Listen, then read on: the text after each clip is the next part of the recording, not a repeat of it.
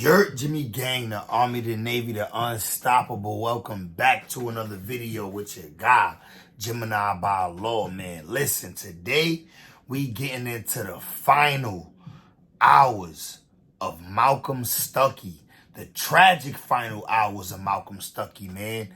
Listen, that name sound familiar to you, then you probably know a little bit about the story already.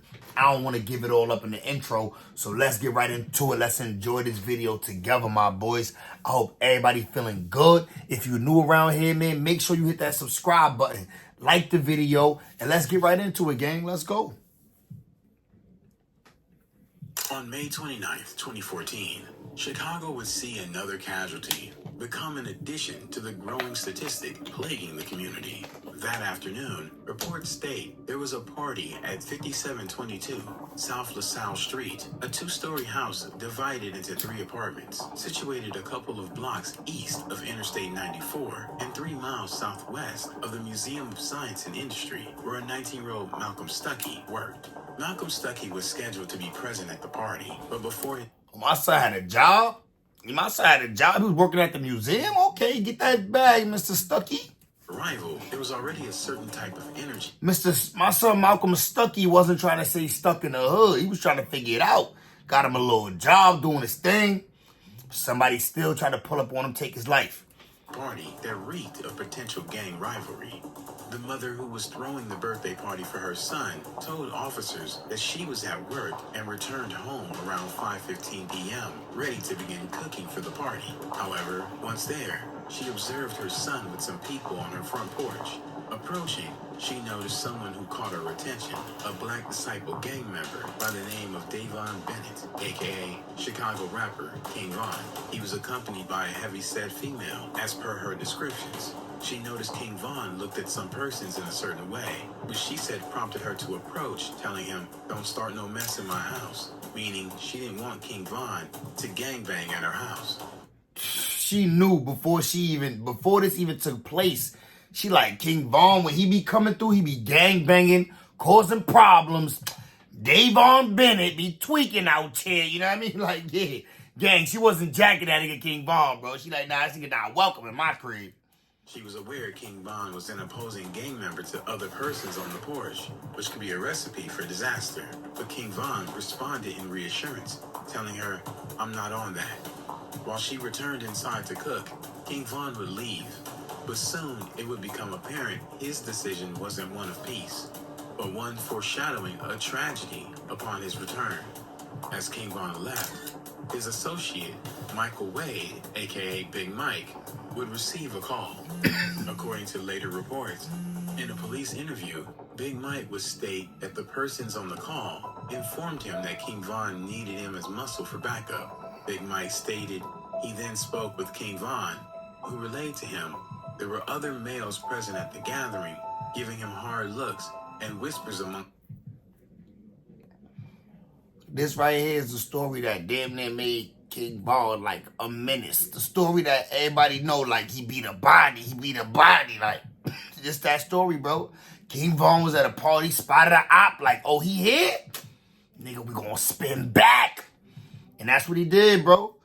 Himself, Von would then tell Big Mike he wanted to go back to the party with him as backup. Wade, aka Big Mike, would inform officers that 10 minutes after the call, he was picked up by a female driver in her grandfather's 2-door silver Oldsmobile Alero.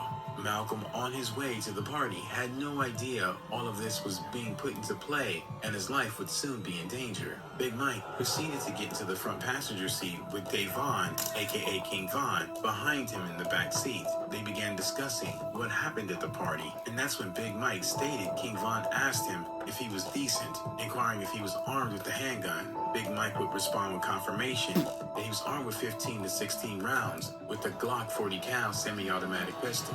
King Von would then also show him the handgun he was carrying. They would proceed en route by means of the block west of the party, next to the expressway. Nigga say, you decent? Nigga say, yeah, I got some fire on me, nigga. Yeah, I got that fire on me. I'm decent, nigga. All right, cool. Me too. Let's spin. That's what King Von looked up and told his homie, like, yo, Big Mike, we out? You decent? I'm decent, folks. Let's go. For parking. At that point, Big Mike phoned an associate at the party, inquiring into the whereabouts of the individuals they were after. According to his recollection, the persons would tell him to not let them come as their targets had a handgun. Undeterred, King Von would respond that it was okay because they had 2 guns. Big Mike would end the call, and both him and King Von exited the vehicle to carry out their plan. With King Von leading and Big Mike following, they made their way through a vacant lot towards the sow before cutting through a gangway. Their intent was on catching their rivals, so much so that reports state that they weren't even concerned with concealing their faces. Somewhere during this time, King Von would call someone at the party, indicating to them he was returning. But the person would tell him not to come because there were kids playing in the front. King Von would respond telling him he was coming and instructed him to take the kids inside. By the time he went to warn everyone in front, it was... Niggas say, oh, you thought we about to cancel this drill? Cause some kids playing outside in the front yard? Nah, nigga, tell them little niggas go upstairs. That's King Von, bro. That's how he responded. He said, nah, tell them little niggas go upstairs and get him up out of there, nigga.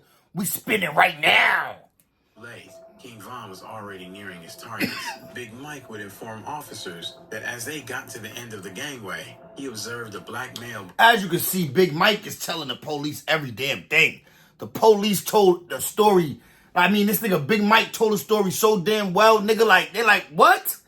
Nigga, we didn't even ask you those details. Nigga, you telling us everything. Long dreadlocks, wearing an orange shirt, standing at the mouth of the gangway. They would make eye contact, prompting the person in the orange shirt to turn and began fleeing. King Von would begin pursuit after him to the front of the house before shots began firing. Malcolm Stuckey, who had just arrived at the party with Bennett, aka King Von, and Michael Wade, aka Big Mike, parked and made their way to the party, stepped outside to the sidewalk to smoke a cigar. He intended to go play basketball before returning to eat the food prepared, but the timing was unfortunate, perfectly matched to when King Von chased his rival with dreadlocks to the front and began firing. The rivals were firing back while running, and Big Mike stated that by the time he got to the front of the house, a victim, Malcolm Stuckey, was face down on the grass between the sidewalk and the street, bleeding out. In the heat of the matter, there was no time to even worry about Malcolm. So in his story, he not the person that did the drill. In his story, by the time I got to the front of the house, son was already popped, laid out. It had to be King Von. King Von did it. It wasn't me. I ain't even make it up there yet. That's what he said to the police, gang. That's what he told them. Bullets were still flying. Big Mike would observe King Von shooting at another guy while yelling, "Why you running?" Right? See? He said Big Mike would observe King Von blinking at another guy while yelling, "Why you running?" He then joined in, brandishing his firearm and firing 15 to 16 rounds at one of the targets who was running north, hitting his target, causing them to stumble but not fall. Luckily for them, Big Mike's gun was empty, so he turned and ran back through the gangway from which they originally came. Following behind was King Von before running 2 houses over and firing 2 more shots into a vacant lot at one of their rivals laying in the lot. The person in the car was bleeding from the mouth. He was shot in the face and suffered a broken jaw, while the other target suffered a leg shot. With the damage done, Big Mike and King Von made their escape in the awaiting vehicle, giving Big Mike the chance to also discard of his firearm in Lake Michigan, as documented in his later statements to the cops. Malcolm Stuckey was... That nigga told him everything, nigga. Exactly how the scene played out, who King Von shot, who he shot, where he threw his weapon, everything. ...to his wounds at the crime scene. Hoping that he about to go home from this charge, nigga. Let's see how that work out for him. Recorded to have occurred around 6:09 p.m. An autopsy revealed his passing was due to multiple gunshot wounds. Documents show bullet trajectories entering his right ear, exiting his neck, and other shots entering his right upper thigh before fragmenting and partially exiting his right inner thigh. He was also wounded in his left upper inner thigh. Bruh, this nigga was hit mad places, bruh. They said 15 to 16 shots was fired. God damn. Victims who were shot by King Von and Big Mike would survive the attack, but with the wounds of the near-demise experience. They were a 23-year-old man who suffered gunshot wounds to the mouth and leg and was taken to John H. Stroger Jr. Hospital of Cook County in serious condition, and a 24-year-old man who took himself to St. Bernard Hospital and Healthcare Center with a gunshot wound to the foot, as stated per police reports. They would inform officers of what happened, one stating that he was struck in his right leg by the gunfire, but he was still able to flee into the lot towards the alley. But then he saw Bennett, aka King Von, at the entrance to the lot with a handgun pointed in his direction. He observed King Von firing 2 more shots, striking him in the face. The ops telling you. Damn. King Von, Code D is telling. King Von, co-defendant, telling on him right now, and the ops is telling. But he was able to flee, where he later received treatment from medical personnel arriving at the scene. With their identity not hidden in the shootout, it didn't take long for Big Mike to be held. And with his information to the officers of the entire detail of the shooting, King Von's arrest was soon after. They were both... Nigga got the craziest mugshot ever. Like, this nigga mugshot look ridiculous. Facing charges of first degree and 2 counts of attempted first degree. He got the crazy eyes hairdo.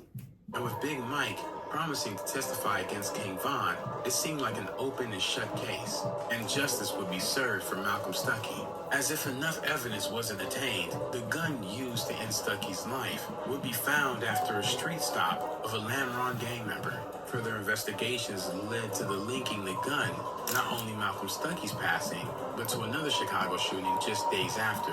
Cops were able to trace the gun to a Natchez, Mississippi arms dealer by the name of Jonathan Smalley. Wow, bro.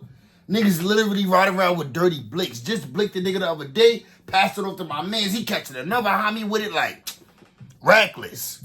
The weapon was purchased from just 2 months prior to Stuckey's Reckless, no Rico. We ain't talking about that nigga right now. assassination. It was one of 25 weapons that Smalley purchased at area gun stores over a 2-year period, and either delivered in person or sent through the mail to friends and relatives on Chicago's South Side, where Smalley was born and spent his childhood. Reporters state that on Wednesday, Smalley, 29, stood in a federal courtroom in Chicago and bowed his head as a judge sentenced him to nearly 5.5 years in prison for trafficking the weapon to Chicago. It was time to face the music. Big Mike and King Von were kept behind bars as the trial proceedings were organized to be on the way.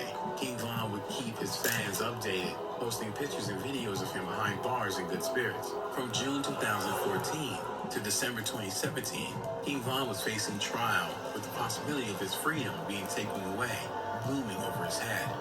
But the unthinkable happened. While King Von continued to not cooperate and speak any details on the hit, his co-defendant Big Mike was already lined up to testify, but he would go back on that deal, causing the case to fall through, and King Von being acquitted of all charges. Right. Von would walk free, however. Right, nigga, he kept his mouth shut and came home, bro, from a homie. Like, bro, kept his mouth shut and came home, bro. Beat a body because he kept his mouth shut. You hear that? I ain't saying I condone none of what he did, but the fact that he kept his mouth shut, brought his ass home, stupid. There were grave repercussions for Big Mike, reneging on his promise to testify. He was convicted of aggravated battery with a firearm for shooting Robinson and sentenced to 16 years, but acquitted of the hit on Stuckey and aggravated battery of Carpenter. Marquise Carpenter and Timothy Robinson were revealed in court documents as the 2 other victims who were injured in the attack. Unfortunately for Big Mike, in March 2018, he also received an additional 12 years on the sentence for backing out of his deal to testify on his co-defendant King Von, bringing his total... Bruh, he did all that telling and ratting and going down in history as a ratatouille for nothing. Boy got hit with 30 years, stupid nigga. Sentenced to 28 years. Some sources online have updated information alleging that Big Mike appealed his conviction and had it reduced to the discharge of a firearm. If that is true, he could be home sooner than his original sentencing. King Von being back on the outside. He still already got that other 16 over there waiting for him, though. So regardless, he doing at least 20. Made a statement releasing the track Beat That Body, featuring associate THF Zoo, who also beat his charge. He would later also apparently speak on the situation with Big Mike and Malcolm Stuckey on a feature song, What's Next, by Jizzle Bucks. On the track, King Von appears to imply that Malcolm wasn't the target, but was a witness to the shooting, and he was out on the sidewalk and had to be taken out due to the fact King Von recited the lyrics, "A N-word told on me before." He got a longer sentence. A nigga told on me before, he got a longer sentence. I think they gave him 28, he'd rather talk than listen. So Nigga Vaughn right there blatant on the song, letting you know what happened. it appears Malcolm Stuckey was at the wrong place at the wrong time. How sad. Reports state that Malcolm Stuckey had a bright future ahead of him. He was an honor roll student with no criminal record. Sadly, his dreams for the future came to a tragic end at just 19 years old. His family would lash out at King Von, becoming one of Chicago's most polarizing rappers, after being free and building a career rapping about his lifestyle. Associates of Malcolm Stuckey would release a song titled Malcolm's Song, where they expressed their grief over his passing, while also seeking vengeance on those responsible for their loss. They would fail to directly enact their revenge, but Malcolm's associate made their feelings known when King Von lost his life on November 6, 2020 in Atlanta. Another lost, another gone. More bodies drop, more families mourn. Sheesh, man. Rest in peace to Malcolm Stuckey. Rest in peace to King Von, too. That right there, that's obvious. That was one of the most important chapters of the whole King Von story right there. Because this kind of like made King Von. Like, this right here is what Dirk said made him want to sign him. He said he just came, you know what I'm saying? He just came home. His story real. He beat a buck. You know what I'm saying? Like, that's really what made Dirk want to even like sign King Von. He said it on the Breakfast Club interview. Like, Jimmy Gang, that's crazy though. I'm off this nasty, my boys. It's like what time is it? 2:51 a.m., bro. 2:51 a.m. right now, and I'm cooking up these videos, making sure we got things in the chamber ready to go, my boys. If y'all appreciate the hard work, make sure you subscribe to the channel, like the video, drop some comments, let me know what y'all want to see me react to next. I'm gone, man. I'll see y'all in the next one, my boys. Hope everybody stay safe, keep one in the head, stay dangerous.